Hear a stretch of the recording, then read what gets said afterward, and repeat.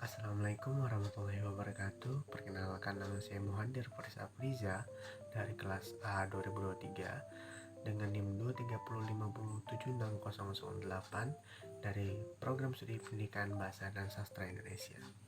Pada video kali ini, saya akan membahas tentang bagaimana cara menganalisis puisi dari strata norma. Nah, jadi tanpa berlama-lama, mari kita langsung ke video pembahasannya. Jadi sebelum kita menganalisis puisi menggunakan strata norma, kita harus memahami dulu apa sih strata norma itu. Jadi strata norma merupakan sebuah pendekatan yang dikembangkan oleh Roman Ingarden dengan tujuan untuk mengidentifikasi ataupun memahami kompleksitas dari karya sastra.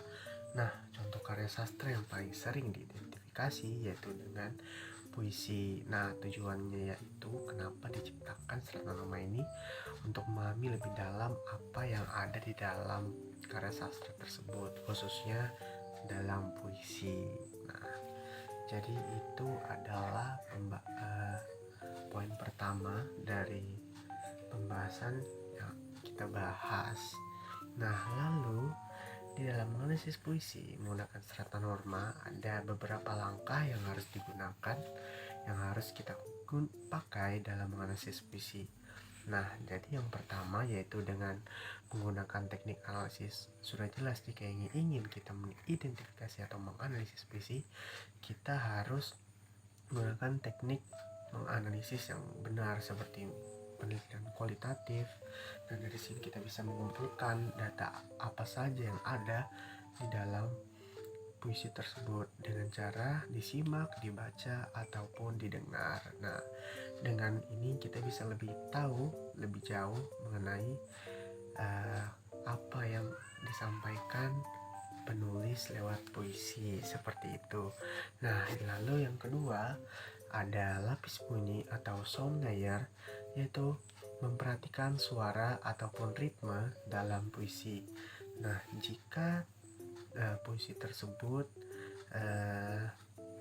dibaca atau dinyanyikan seperti musikalisasi puisi, nah kita bisa menganalisis lapis bunyinya seperti suku katanya, klausa, atau ritme dalam puisi itu seperti apa. Nah, lalu yang kedua ada lapis arti, yaitu mengandung makna yang ada di dalam puisi. Nah, jadi tentu saja dalam menganalisis puisi, kita harus tahu makna apa yang sebenarnya yang disampaikan oleh si penulis ini. Apakah dia makna tersebut disampaikan secara tersirat ataupun tersurat. Nah, lalu ada layer objek, lapis objek atau object layer. Nah, di sini merupakan yaitu objek yang dikemukakan di dalam puisi tersebut. Nah, contohnya itu seperti apa? Nah, contohnya seperti tempat ataupun waktu dan pelaku. Pelaku ini tersebut di dalam puisi itu apakah menggambarkan orang, hewan, ataupun si penulis tersebut. Nah, begitu juga dengan waktunya, kapan puisi itu menggambarkan waktu kapan, apakah masa modern, apakah masa lampau, apakah masa sekarang. Begitu juga dengan tempatnya, seperti itu. Nah, lalu ada lapis dunia implisit atau implicit world layer, yaitu sebagai identifikasi dunia implisit yang terkandung di dalam puisi. Nah, dunia ini tidak perlu dinyatakan secara eksplisit, tapi dapat dilihat dari konteks dan makna yang ada di dalam puisi.